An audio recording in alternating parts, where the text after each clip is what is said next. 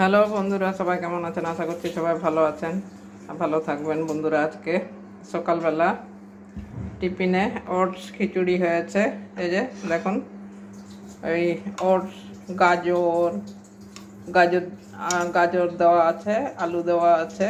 এই ওটসের খিচুড়ি বানিয়েছি আজকে সকালবেলা, সকাল সকাল।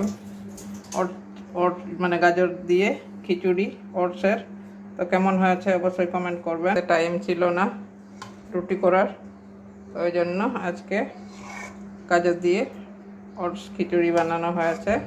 তো কেমন হয়েছে অবশ্যই কমেন্ট করবেন। তা ভালো লাগলে লাইক দেবেন। তো ঠিক আছে, এখনকার পর্যন্ত এটুকুনই।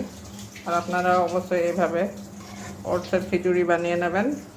ওটস তো আমাদের শরীরের পক্ষে কতটা ভালো সে তো সবাই জানেন।